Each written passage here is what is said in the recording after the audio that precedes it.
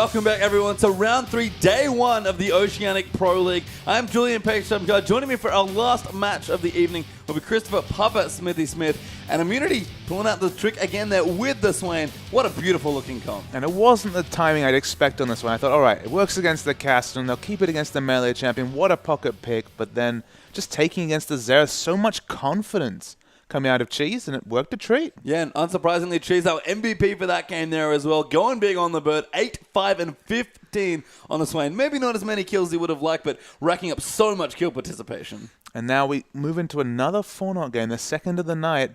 0-5, maybe not panic stations, but for this team that came up so hyped, who did so well in the Challenger Series, it's been a rough start to the OPL. Yeah, and they're up against pretty epic opposition here in the Dives as well, who have just looked, except for maybe a few losses here and there to Chiefs, notably, just going from strength to strength. And who else to mention but King? We just saw a wonderful performance for him in the earlier Dials game. And we got some stats just to add some flavor to a player that has been performing not just today, but had an amazing start to the season. So starting it off with the GPM, highest GPM in the league.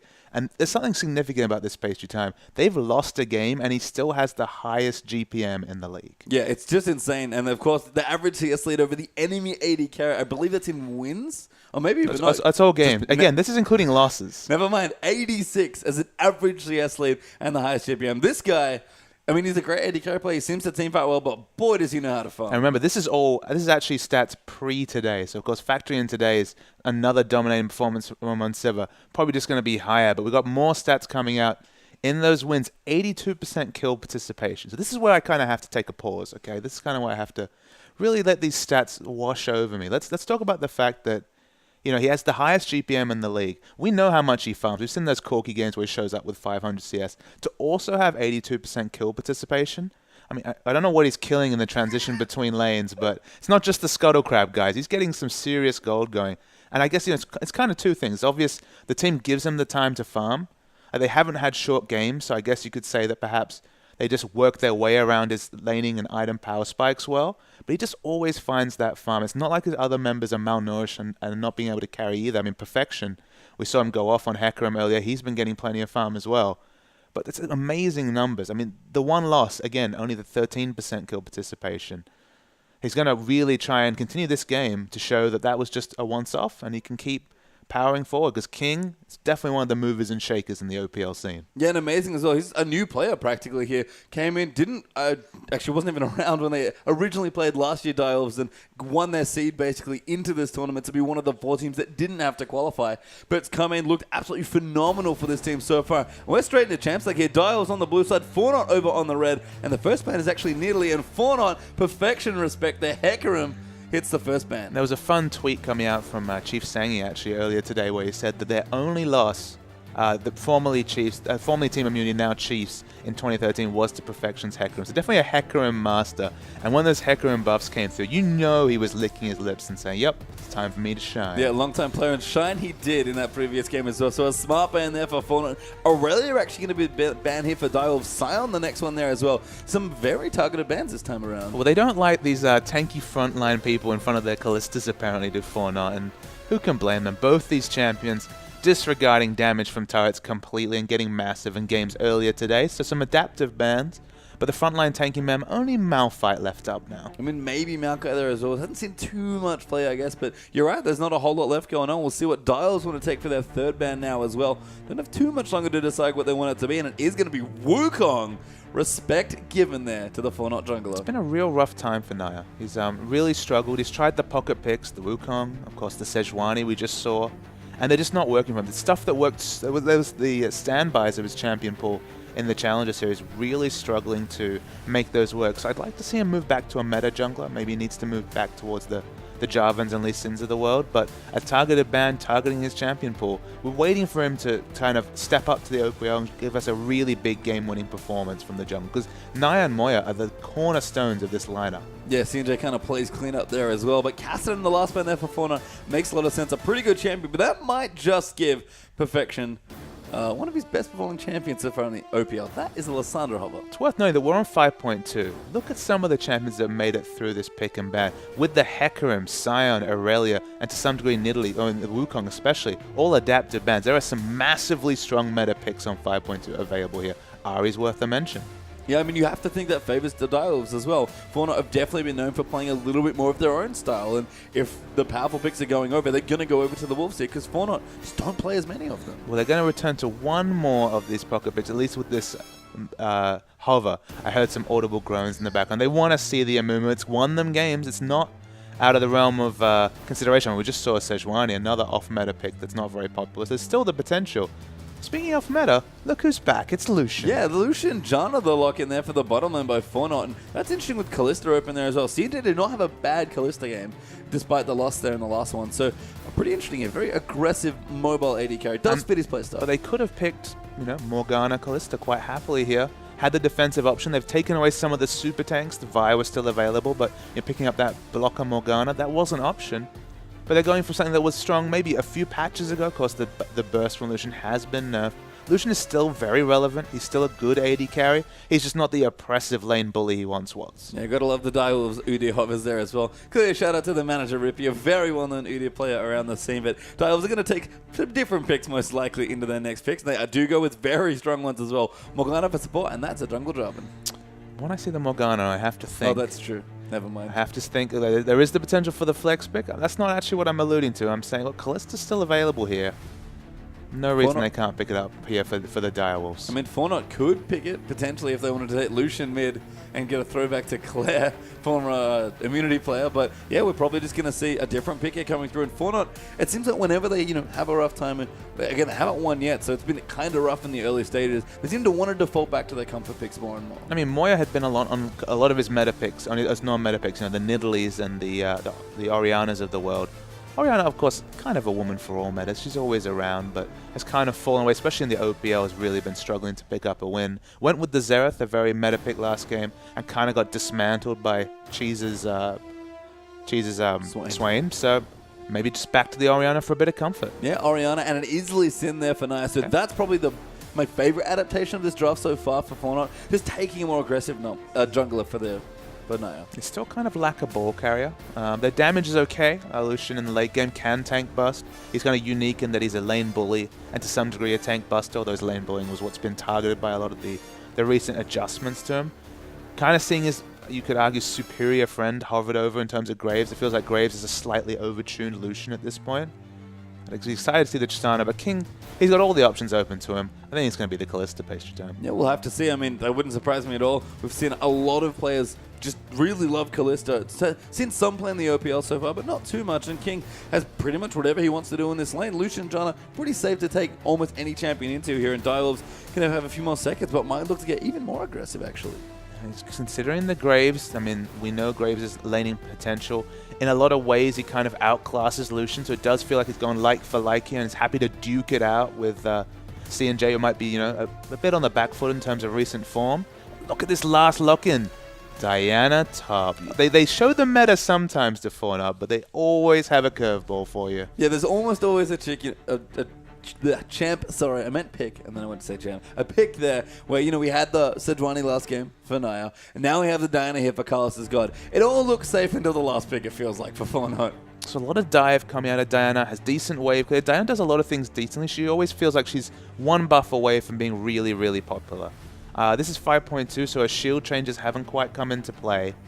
Hopefully, I think tomorrow we're moving on to 5.3, so we might actually see a big pickup of Diana play. She becomes a bit more reliable with the shield.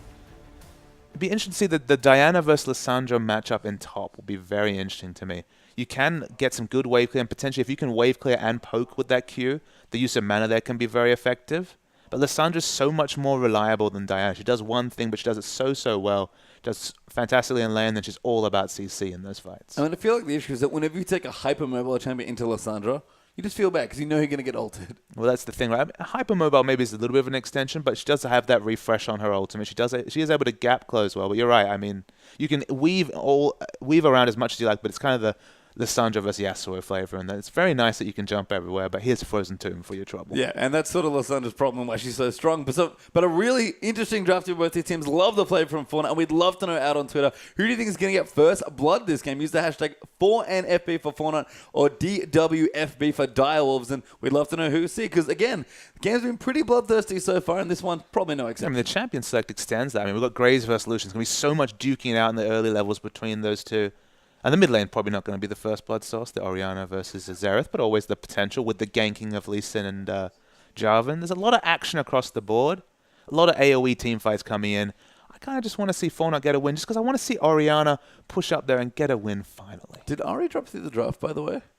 Ari did. I think she did. That's very on interesting. 5.2 no less. This might not be a big discussion point in a week's time, but wow. I mean, Sharp's been playing Ari as well, as far as we can tell. He seems to have at least been practicing it. It's not traditionally in his champion pool, but when Ari's that good, you probably put him in your champion and pool. again, for at least Ari a versus while. Ori was one of those famous skill matchups for Ari many moons ago. With the adjustments, skill matchup becomes a bit of a misnomer. They're mostly in Ari's favor. Maybe just not confident to bring it into competitive yet. I mean, maybe. And the Xerath here is a very interesting pick for Sharp. It's obviously a comfort pick here, but what do you think of the matchup in general? Because for me, it almost feels like Ziggs versus Ori all over again. It kind of is to some degree. I mean, it's the wave clear advantages with Xerath in the early levels, then it kind of goes towards Ori when she gets enough levels in either Q or W, and then again moves back towards Xerath because he can do it from 1,000 range once he picks up, say, the secondary big AP item like a needless large rod on top of a Morellonomicon. There's peaks and troughs to it, but in general, Xerath's going to be unhindered. Late game, who do you like, Xerath or Ori? It's pretty even. Like they do different things, but they both do them both so well that it's kind of a wash. I like the idea of the Ori, the Xerath combos with the Jarvan Cataclysm, though. Yeah, I mean, there's so much good, just a solid team comp here for Dials, really. Again, we talked about the draft, had a lot of targeted bans in it, and that meant a lot of meta picks fell through. Fauna never really wanted to shy away from a curious pick or two, but Dials just picked straight up strong champs. Almost in every lane, they've got a champ you'd be happy to first pick. I mean, kind of the issues I have with Fortnite's comp is that Diana's the only real diver on this team. Lee Sin has that potential, but Diana's going to be looking to get in there on the Graves, on the Xerath. Frozen Tomb, if it's used for disengage, will be massive. So if Direwolves can get ahead in the early game, if they can get the dragon control, get the first two dragons, and then Fortnite feel forced to make the engages, engage against this Lissandra Jarvan combo is going to be painful. Yeah, and I mean, that's why Lissandra's so good. She's basically free hard engage. Jarvan gives you a bit of that action as well, but Fortnite do definitely have some things to do, and again, a lot of the pressure feels like it's on Nia, because he has to get aggressive with this Lee Sin. Yeah, and he's someone that has struggled to step up. His scores show that. He's really struggled this season. There's no reason he can't. He was very good in the Challenger Series. He didn't go for the Amumi. He didn't go off meta. He stuck to the on-meta champion with the potential to really impact the early game, so hopefully he can step up and really make a commanding performance this game. And what more can we really say about Diana top Papa Smithy? I mean, it's interesting. Yes. I don't like the Lissandra matchup just because it's like, how do I ever kill Lissandra? I mean, you don't really. You can clear waves fine. She does a lot of things well, but as I said, she's always one step away from being super strong. Like at some points, she's a stronger Akali. At this point, it's about the same. They're both just off meta. With the changes, she might be relevant. Maybe we're seeing a preview of something we might see a lot more of, as she does have that decent bruiser stats, especially if you can get the refresh on your shield. But on this patch, on 5.2, I think it's overreaching for something that could have been maybe easier achieved with another pick. I mean, Fortnite at least, we mentioned it a little bit, and I know you touched on it, they do now have a very good ball carrier. Diana's actually quite good at holding the ball. Yeah, that's true. We were waiting for a ball carrier. It's an offensive choice. It does have potential. You do have the targeted engage, so theoretically you get some sick wombos going, but it's going to be tough. No, we'll have to see what happens. We are about to get right onto the riff for our last game of the evening, and we are on now. Dials here going to look for a 2-0 today, and Fortnite going to look for their first win here. Dials on the blue side, Fortnite over on the red. And it's going to be a great last game here. Dials with a very strong kick-off, but Fortnite always with the Fortnite special. Dials seem to be returning to invade for vision. They are posturing towards the enemy jungle. And Fortnite, they're just looking to react at this point. Yeah, I'm just going to try and set some things up. Moya will spot some people up potentially here.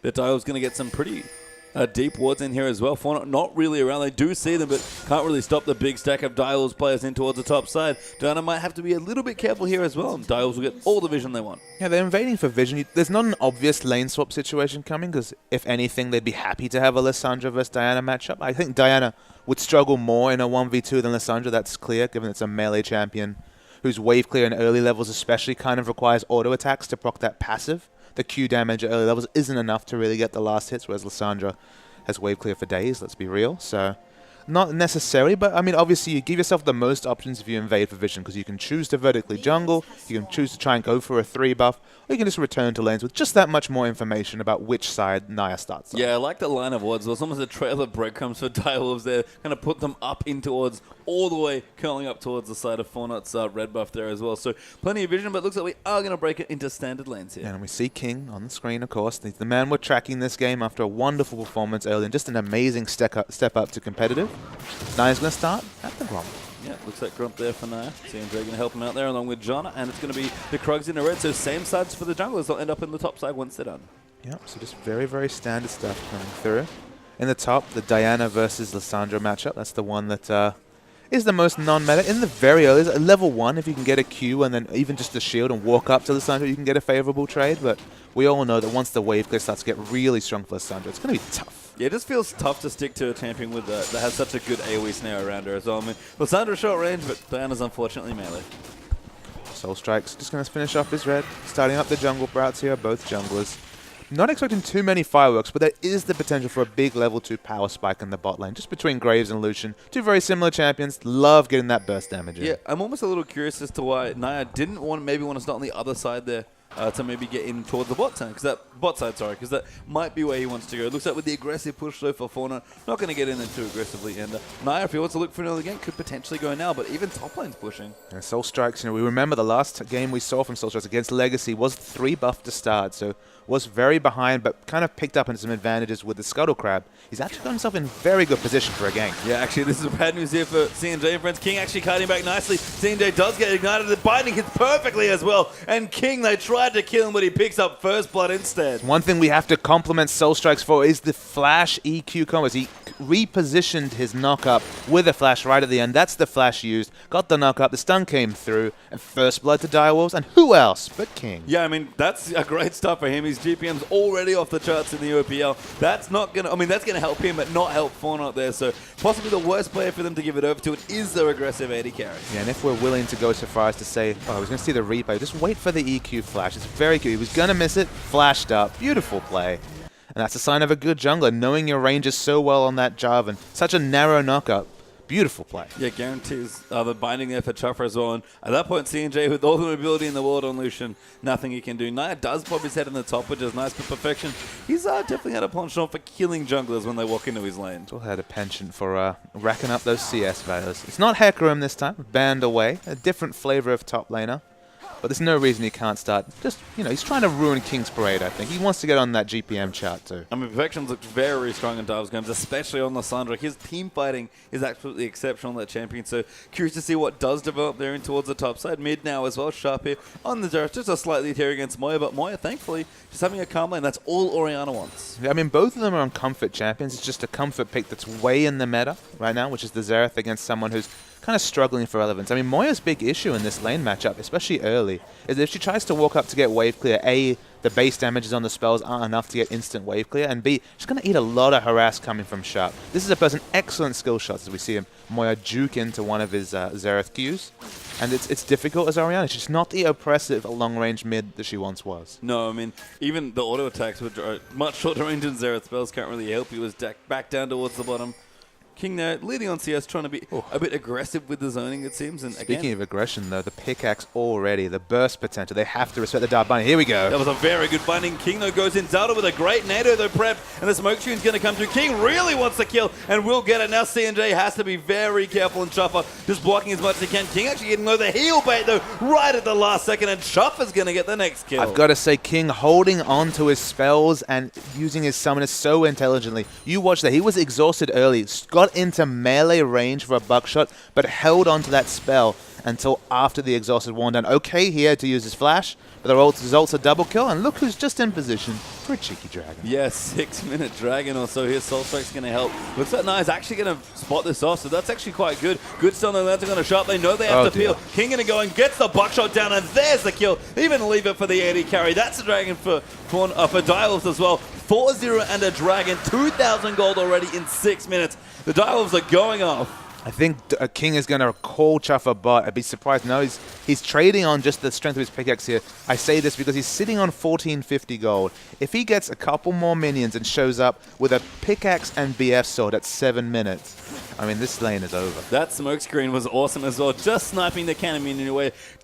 Don't know what else we'd expect from the highest GPM currently in the OPL, but King, this man knows how to fight and farm. I mean, every Dark Binding, once he goes back to get this BF, so it's going to be a confirmed kill, just because the damage coming through from that buckshot scaling early is disgusting. Yep. And King, we highlighted him, and sometimes it's nice when things line up and he puts in a performance like this. It really is such a strong performance here on Graves. You can tell Dials are even giving him the kills and the skirmishes as well. I did like that Naya checked the Dragon, but unfortunately, face checked a little too hard. Yeah, I mean, it's not worth harping on to the difference between a pickaxe BF sword against the Vamp Scepter, but problems in bot lane for Needless to say, it's not good for the Fortnite bottom lane early on here. And I mean, you talk about the buckshot, but that ultimate when it comes online as well, it already does ridiculous early and mid-game damage. Fortnite have to... There's no point of even counter-ganking this lane for Naya. He pretty much has to just say, all right, you guys do the best you can farming, and I'll try and help someone else. Yeah, and we'll see what it be. Perfection with his ulti now as well. Going to be a bit of a tricky target to gank mid lane. Not too bad actually for Lee Sin's early targets, but this is probably the nightmare scenario for Lee Sin. He wanted to get aggressive early, try and make a difference, but the lane's already going pear-shaped. I mean, it's the nightmare scenario for Fortnite. They come into this 0-5, again, struggling to step up to the OPL, and this early game against someone who's on so much of a head of steam as King. You know, it could only be worse if it was Perfection, to be honest, after his performance last game, so... Yeah, I mean, Direwolves are in a great spot here, and Naya is going to try and make something happen, but as you say, only really the mid is a realistic option. We can see a Perfection continuing to farm up in the top lane, opening up almost a 20 CS lead, actually. Having a very strong lane. Carlos is going to get aggressive, but Soul Strikes have been called to the top lane. He's going to call to the top lane, but it looks like we're going to see the reaction coming through from Xerath as well. Yeah, that's a good roam there from Oh, never mind. It is a good roam from Shava. Carlos is going to get ulted there. The stun to follow up. Knock up in there as well. A whole day's worth of CC, and Sharp gets the kill. And the score, unfortunately, reflects the current trend here in the OPL 5-0, just like the game scores for Fortnite, as Dials will keep pushing. Yeah, I mean, we talk about Dials being an aggressive early game team. This is an overperformance for them as far as early game aggression goes. Yeah, I mean, look, they're just completely on top. As you told the story when you were talking about donating the kills to Graves. They know who they need to put the money on. It's the back of King, who's been so wonderful. And it's across the map. You see Naya is in a good position. They might go for the gank bottom, but is this what they want? So dangerous as well. I mean, he is level 6, but King actually quite low. Naya might try and get the shot on Chopper actually can be in trouble. That's a great teleport there from Perfection. Doesn't have his ulti there, but just going to keep them at bay. Chopper misses his first binding, it seems like, of the game. Naya almost going to get locked up. A good smite actually there to keep him safe, and Perfection going to keep running in. Does flash forward, gets the W. Chopper going to look for the binding. Does actually follow it late, and Graves not in range, unfortunately, for the rest of the damage. Now 2v3. Naya has to be careful. Black Shield there, not quite enough, and Lee Sin will get away safely. Yeah, once for the first time in this first 10 minutes, King loses interest in picking up a kill. Just goes to cement the CS lead in bot lane. Roamed there without ultimate did Perfection, so they didn't have the point-and-click stun. Does open up time for Diana to farm up top. She's 20 CS behind. The Negatron Cloak's a pretty good pickup. It double scales with her shield. Gives her extra effective health, because of course the health of a shield is affected by your resistances, so not a bad pickup. The Abyssal Scepter that eventually comes through will be a strong pickup, but might be too little too late. That's very aggressive posturing there from Chopper, who looked like he was going to pull the trigger on the ulti under Tower. King does get exalted there, the Black Shield down, but that might not be enough. Carlson's got down, so King just destroys Lucian. I think it's probably going to go down a good E from Diana, but what a play there, knowing he's dead, just goes in 1v3 for a kill. Yeah, Chopper just manages to get away from the shockwave coming through from Moya. The damage was confirmed, flashes out, and that's 10-minute Infinity Edge. Yeah, the standard 10-minute Infinity Edge there for the Graves. I mean, they'll take the shutdown and go, well, Fortnite, that's good they pick up the kill. They actually get the tower as well, so a very worthwhile teleport there from Carlos' goal, but the Graves is out of control right now. Yeah, the counter pushing in top lane from the Lissandra does manage to get the turret as well. We see Lucian's going to react to that lane. He's not going to find any fun in bot lane, so it probably makes some sense to get the hell out of there. Perfection a bit scary there as well. I mean, right now probably can't kill him, but if he calls anyone up to the top, it's a pretty easy kill there with the ult, but Perfection will back away instead, recognizing that a little extended there with the tower getting pushed out, so he'll wander back. Looks like he'll wander back in as well. It's a little bit alone right now. Has to maybe be a bit careful. Does have the Frozen Tomb available. Probably not enough damage. Doesn't have like a Morellonomicon completed. Is going to go for the more defensive option in the Athenes. But it's just, you know, aggressively positioned just in case anything changes. Double Dundering there as well, but nothing too out of the ordinary coming through. We do have a Sight Stone actually done for Soul Strikes in the jungle as well, delaying the Warrior enchant to get that, but does have one long sword towards it, so looking good. And King right now, I'm a little afraid to check, but I'm going to tap over to the gold real quick. Yeah, he's almost 2,000 gold ahead at 11 minutes. Yeah, it's there's not enough time to really collect gold for that to be any larger. It's just so early in the game, a massive advantage. And now you can see Soul Strikes, he's the first one to adapt to this early lead. He's like, all right, I'm going to invade because I know that whoever responds is going to be just that much higher in terms of item power than the opponent. Yeah, I mean, Chuffer at this point's even comfortably left King alone here. CNJ not very happy, has a 2-level disadvantage as well. King might just look for a dive here. Good burst actually coming through. That buckshot did an unreasonable amount of damage. The ult almost kills him on its own. He's forcing to heal, and King flashes forward, gets a crit, and gets another kill. Yeah, there's no fun across the map as Naya's in trouble as well. Great kick there, but ulti from Perfection's going to lock up the kill. No friends, though, unfortunately, for Naya towards the top side, and things going from bad to worse. Yeah, I'm grimacing a little bit. The damage potential, some of these Direwolves players, they're just so overtuned in terms of items to their opponent. CNJ isn't even going to find any safety under his turret, which is a scary spot for them. And honestly, he wants this turret to fall just to open up a bit of extra area for him to farm, because there's not many safe places to get minions on this map. Yeah, King even doing a little bit of proxying here as well, just to get the turret low. Does last hit it, of course. The cannon's also going to go down, so just denying as well. I mean, this man certainly knows his way around lane mechanics, and he's no slouch in the fighting as well. The Direwolves just turning on the style. They haven't taken their foot off the pedal whatsoever. 6,000 gold lead at 12 minutes. That's 500 gold a minute. That's unreasonable is what it is here as King and Chuffer will rotate in towards the Dragon. Ward does spot them out. Fauna actually some good coverage here around the Dragon area, but it is back and ready to go for Direwolf second. And Fauna, just with all the items and the disadvantage they have already, can't realistically afford to fight. Although Direwolf may be out of position, Fauna going to go for it. Yeah, Fauna are putting everything into picking up the Dragon. It won't give them a gold lead. It'll give them some stats. The multiplicative advantage won't help them in the early game. It will give them, a slight overtuned amount of stats, but look at King here. He's not willing to give it up just yet. No, he's gone quite aggressive, hoping someone walks back this way, but Fauna take the long way back towards their tier 2 mid lane turret, and they'll just have to back up in. Naya, though, actually in the jungle. Hasn't been seen, but might get caught out. The Wolf Spirit, though, betrays King's position, and he'll walk out of the way. Today I learned that the Wolf Spirit can navigate into unwatered bushes. That's good to know. It looks like Perfection actually rotated down as well. Does have Morellonomicon, so ready to get aggressive. I mean, these item timing is going to be pretty out of the ordinary in general, but I mean, Dial's just looking aggressive, and rightfully so. They've got so much room right now. Yeah, in a different game, the Abyssal Scepter pick up from Caster God would be a big point, just because it would confirm the early shockwave damage, and would mean that even though Moya hasn't got the nearest large rod going, it will be a big shockwave coming through, but Naya's in trouble. Yeah, gets ulted there by Perfection. Sharp looking in there as well. Never mind, wasn't an ult, just a W. Perfection then uses the ult to pick up the kill for himself. King looking aggressive, kind of zoning out 1v4 right now with a bit of help there from Soul Strikes, and the Dio is going to pad that kill line. Yeah, King hasn't been back since he picked up the Infinity Edge, sitting on 1,800 gold. He's just slowly sauntering around the map at about 330 move speed.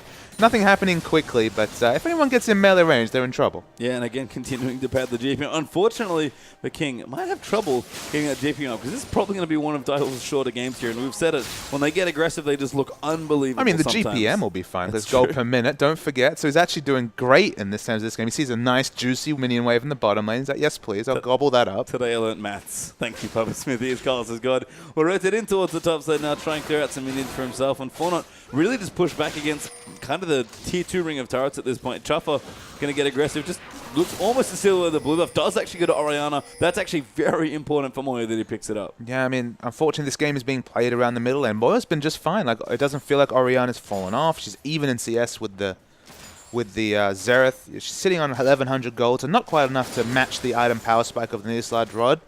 But yeah, the game's just being played around this passive mid. They don't have an Ahri to potentially, take this game by the skin of its teeth and actually get the charms and get the picks. They don't have a pick comp necessary, barring some amazing heroics from Naya. And that's kind of the issue from Fauna, is that, where does the change in fortune start with? It has to be a big shockwave, but I mean, the item timings are just so massive from Direwolves. Yeah, it looks like King actually went back as well. Going to go for a static shift second. Maybe actually a Yomu's as well. That would make quite a lot of sense in a game like this. But he does have an arrow split and a crit glove, so I guess he actually can't do that. In fact, that's a lot of early crit. Yeah, I mean, he's working towards the static shift clearly with that build, so that makes a lot of sense. Not going to be the Yomu's Ghostblade to double down on the mid-game power spike static shift. Just a little bit more late-game scaling, just because you have the reliable attack speed and critical strike. coming through from that item.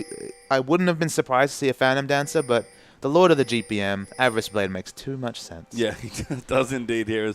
Actually, it seems like King might have found Naya. No, finds a Scuttle Crab instead. Naya able to shift away there to a ward with his W, but good ward coverage again. Dial's not even setting up for a dragon, just making sure they hold vision, especially in the river, because this map right now belongs to them. Yeah, I mean, if this was... I mean, in terms of wards, they don't necessarily have the wards to show how aggressive they can play, but Fortnite just know their ranges. They're lucky to get Raptors, in fact. They're stolen away by Sharp just there. And all they can do is 3-man, 4-man stack to clear out a single wave in the mid lane. Yeah, it's just struggle street, unfortunately, right now. As Sharp and Soul Strike's kind of rotate in. Looks like the bottom lane might be where they turn next to their attention. CNJ, thank God for the Janna shield, actually managed to try and shake off some of the damage. Kingdom maybe looking to go in. Actually 1v2 right now, but looks like we might have a wraparound. No Moya going to move in there as well, but the rest of the Direwolves are here. Yeah, they're trying to come in. They're clearing waves. They're doing their best, but they need to have 4 or 5 men to clear waves, so they can't even gobble up the minions in the other waves. So they're falling behind further and further in CS. Yeah, and right now Soulstrike actually might just be trying to find a pick here. King was ready to go. Moya does spot things off. King will have the GPM set. They were trying to take some walls, but Soulstrike's going to get them instead, it seems like. You know, actually going into Naya, wants the kill, but doesn't find the knockout. Good binding over Chopper. Oriana Ball might keep him safe. The Graves ult goes in. Sharp gets the kill with an ulti snipe. There's so many long AoE skill shots coming through. There was a collateral damage as well, just to add punch to the engagement. Carlos has got, he's thinking about it. Yeah, good flash there from Chopper getting out. King is going to kite back though, and so much damage coming out from the Xerath and the Graves. They're Sharp on a killing spree now. 3-0-2. King gets ulti, but he goes the wrong way. CNJ really wants it, but it's not forthcoming. Double kill there for Sharp with a great stunned appeal for his AD. It's the base stats actually that keep King alive. He has 2-level advantage on Lucian. It would definitely have been a counter kill if it was a level 9, let alone level 10 Lucian. And yeah, when you play from ahead, when you have those individual outplays early, you can make positioning mistakes. It doesn't matter. I mean, I don't know if that was a mistake.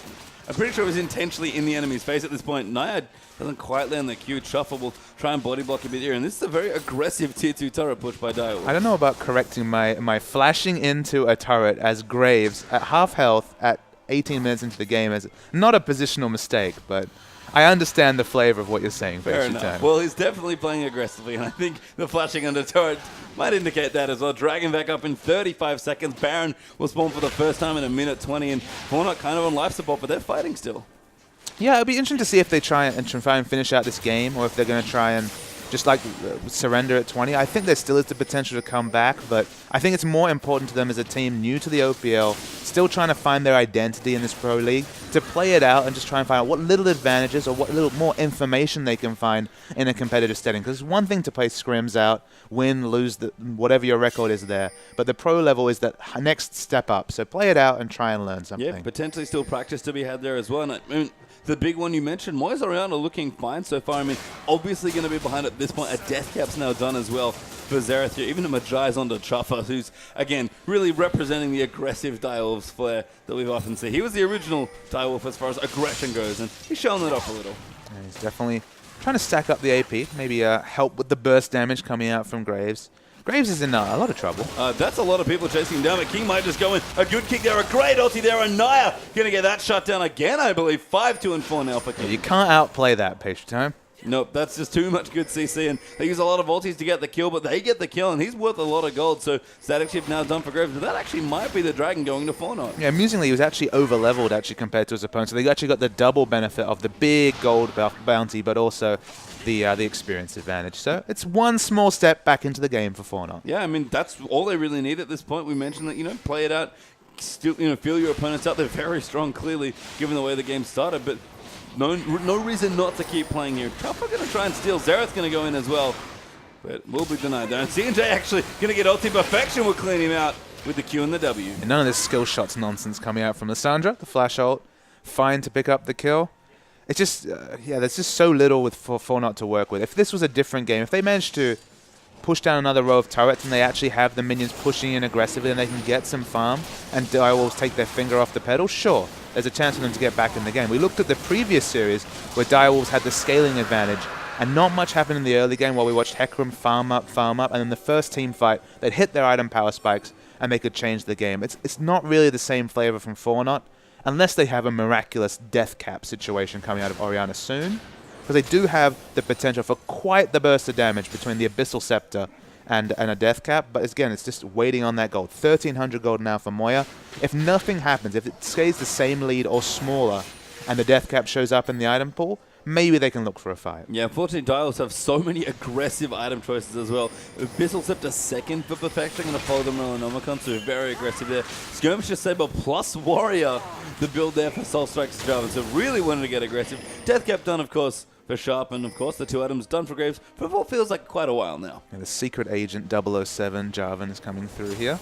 So it's been a very supportive Jarvan, but with the Skirmisher Saber, it says to me, he wants to get in on this kill score. Yeah, he's clearly wants a piece of the pie that Direwolves have made for themselves here. And again, such a strong opening. Looks like Sharp actually might be able to catch someone out here. Soul Strike's going to go in. Zelda caught out here with the Cataclysm and might be able to ulti, but it's probably not enough. Sharp going to go unstoppable now. 5-0-3 on the Xerath. Yeah, when the spells that you aren't maxing are killing people, that's a good sign that your Xerath's strong. That's true. No ulti needed there for Sharp. And I know you use the word overtuned a lot, but that's the best way to describe the Wolves at this point. Yes, across the board overtuned. Is Naya also in a bad spot? Good kick, actually, but the ulti going to come through. King, 1 crit. Didn't even need a spell. Might even chase C&J out towards the turret. Gets the Revo. Collateral damage almost enough for the rest of the health bar there, but not quite here. And King will just clean up the rest of the CS. I feel like King must have miscalculated his damage because he did the fade away after the collateral damage as if he'd got the kill. No dice. Has to back away.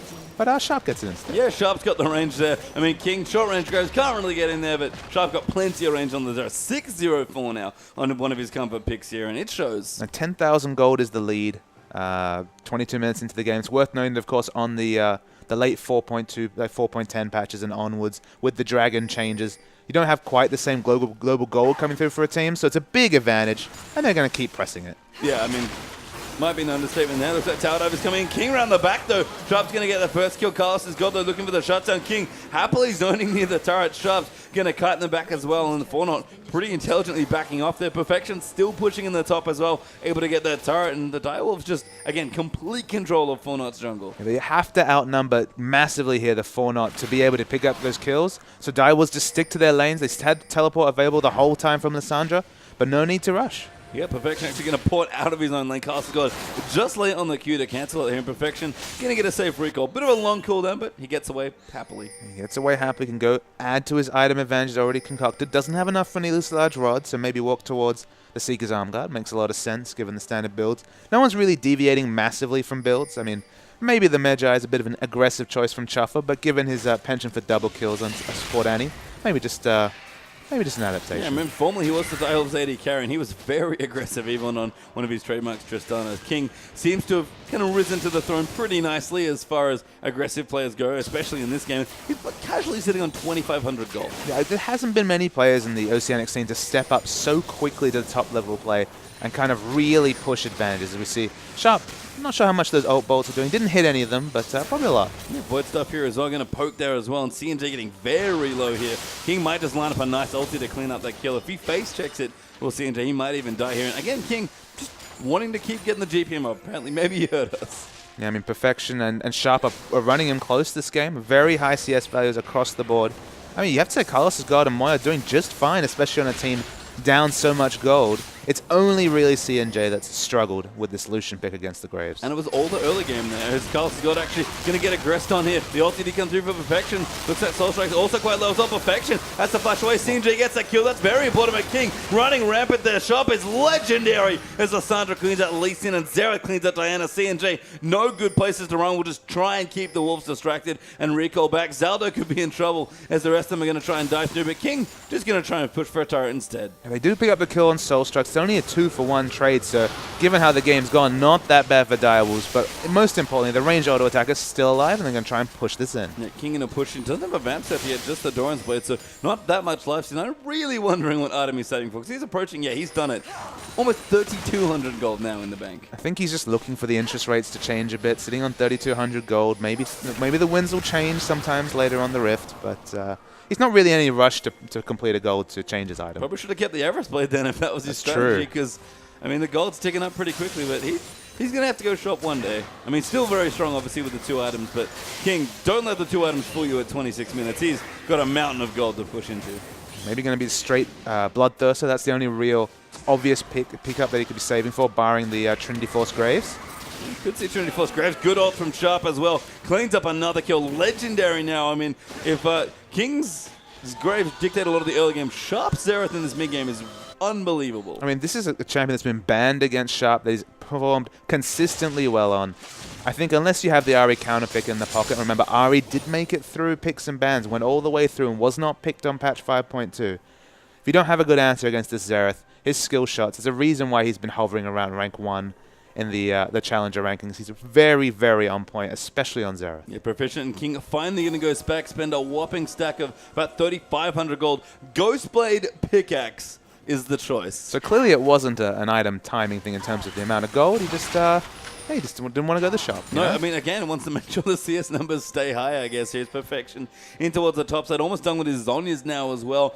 A 200 gold away from completing it. Has the rod plus the arm guard there in the inventory. I mean, 3-item Lysandra, almost 3.5-item Graves at this point as well. 3-item Xerath done here, all at 27 minutes. Massive here. Carl's God's going to go in, but I don't think he really likes what's happening. The rest of his team is going to move in. A good E there from Perfection, but Naya's going to come in, and there's the shutdown. But the third dragon just goes to the Wolves instead. Yeah, the 4-man commitment does pick them up the kill, but of course not any objectives to really speak of. They could try and 3-4-man stack onto this top turret, but they'd just be worried about the rotations coming through from this 3 dragon Direwolves. I mean, Direwolves showing some respect. Actually pinged onto Baron. They don't have vision on it, but Fortnite at this point know that that would maybe be a suicide mission, given that if Graves walked in, they're all tanking Baron 1v4, he'd probably get a quadra kill. Yeah, it'd be a lot of damage going. He's doubled down on the mid game, like you said, with the Yomus, so his dueling right now is just insane. He's going to be able to sidestep any of the Lee Sin engage and just blow people away with the collateral damage. I may have misspoke. It might be that the Direwolves are worried about Baron. Maybe they want to do Baron at this point, given how much of a lead they have. That would not be an unreasonable thing here, especially at 28 minutes. Actually a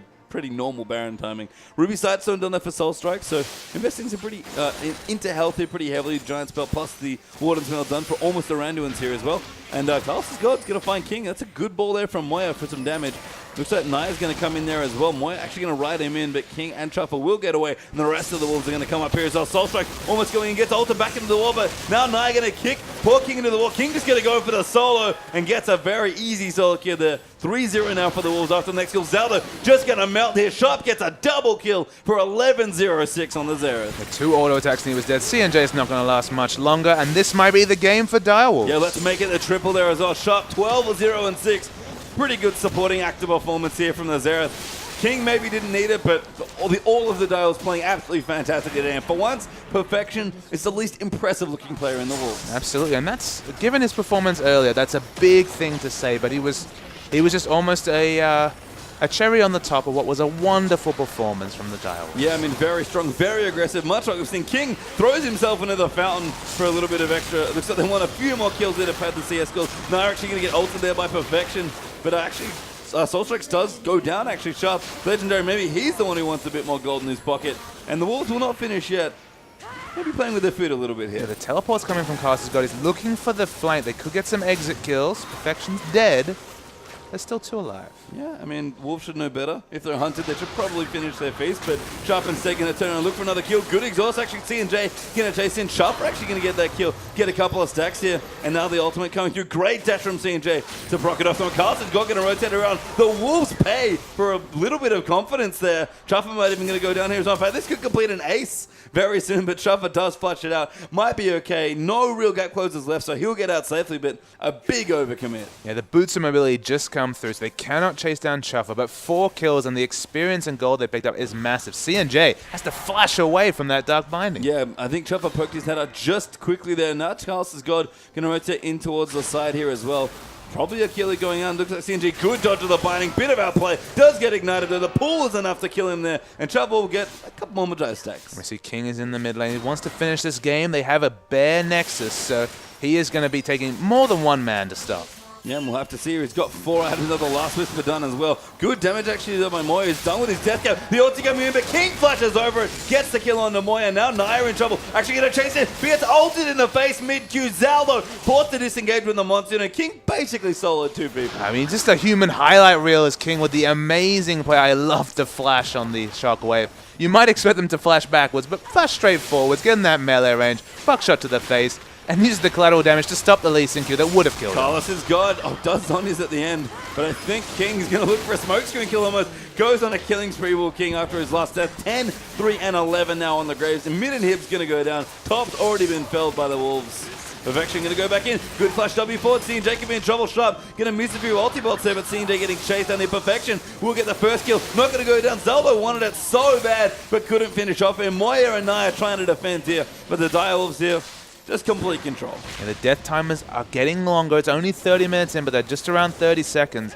They have to respect them a little bit here, Direwolves, but King's going to come back in. Yeah, looks like Chopper going to use the ulti there. King moving in there. Good ulti actually on the Soul Strikes, but King will get the next kill. Does get it onto Lee Sin. A great stun, I believe, for Sharp to set that all up on the Dials at 36 and 11 on the kills. King almost 300 CS in a 32-minute game is on, but he might just go over in the last few elements. The Nexus does explode there, and the Dials put on one hell of a show. That was quite the performance. They turned on the style. You feel bad for kind of heaping on a Fallout team who are now 0-6. They've still got a lot to work with. They showed it during the OCS, but it's been a struggle for them in the OPL. I think next week they have to really finally cement their identity, or any hopes of reaching those top spots are gone. Yeah, I mean, they certainly seem like they're going from strength to strength, but, I mean, especially against a team like Dials who are playing like that, very tricky to come back from here as well. I mean, King just played... I don't know if that was the best games ever on the OP, because every game for him seems like the best game he's ever played, but that was one standout performance by both the AD and the mid laner. I mean, it's easy to look good when you're over-leveled, when you have a pickaxe BF sword on a Vamp Scepter. Like, even in terms of sheer AD, that's what, 60 AD against 10? Like, he was in a position to do well, but it's the little things he does. It's why he's so impressive that he's come out of effectively nowhere, at least, from solo queue, and stepped up so fast with the individual mechanics, understanding of team play. I mean, it's the team participation in terms of the kills. Like, he's definitely rotating well and getting involved in 82% of kills, and he's an impressive player. There's a reason why we highlighted him. And another wonderful game. Yeah, another great game then with the win for the Wolves. Let's recap the day results here as well. As we can see, Immunity vs Legacy picks up the win there for Legacy, and the Dials got their win there as Legacy played their second game. Yeah, Fortnite couldn't get it to IM, and that final game we just saw, Dials double down on what's been a big day for them. They're now outright second place as they took it over Fortnite. Yeah, again, some really strong performances across the board. The Wolves, the big winner of today, continuing an almost undefeated record there. I believe X&1 now as they're moving through today. Yep. So another great performance from them. Going to maybe kind of beget the loss to the Chiefs that they picked up, but if that's their only loss, they're feeling very happy. Yeah, 5-1 in a good spot. Yeah, really. So with that, of course, that's only half of the day. So let's check out the second day of play coming through for round 3 there as well. Here's our schedule for Monday, of course, starting at 6 p.m. Australian Eastern Daylight Time. Rich Gang take on the Chiefs there for the first one, and then Chiefs take on Avant. And the Rich Gang, they take on Sudden Fear, and we finish the week with Avant taking on Sudden Fear. Yes, so some really strong matches coming out there as well. Everyone's excited to see the Rich Gang, but the Chiefs and Avant going to be back, and we'll see if Chiefs can continue, I believe, undefeated still. They are still undefeated, and if you want to see how the standings shake out after today's play, if you want to catch up on the schedule or watch some of those VODs, there's been some great games in the OPL, both today and, of course, over the first couple of weeks. Go to oce.lolesports.com for all your OPL needs. Yeah, great site there as well. The VODs are also spoiler-free, so if you don't want to get spoiled, make sure you have the direct link to the VOD page. We just told them all the results, so maybe... That's true, too. Hey, look, they're tuning in. That's a good point. Never mind. Well, you know what? It's a thought that counts. Tell your friend that didn't watch the game so he doesn't get spoiled. Absolutely. Or you know what? Just tell him how great the game was, because that was one hell of a day of OPL. But with that, we are done for round 3, day 1 here. We'll be back for day 2, of course, over on Monday. But for myself, Papa Smithy, Atlas, and our entire live production crew, we'll see you later.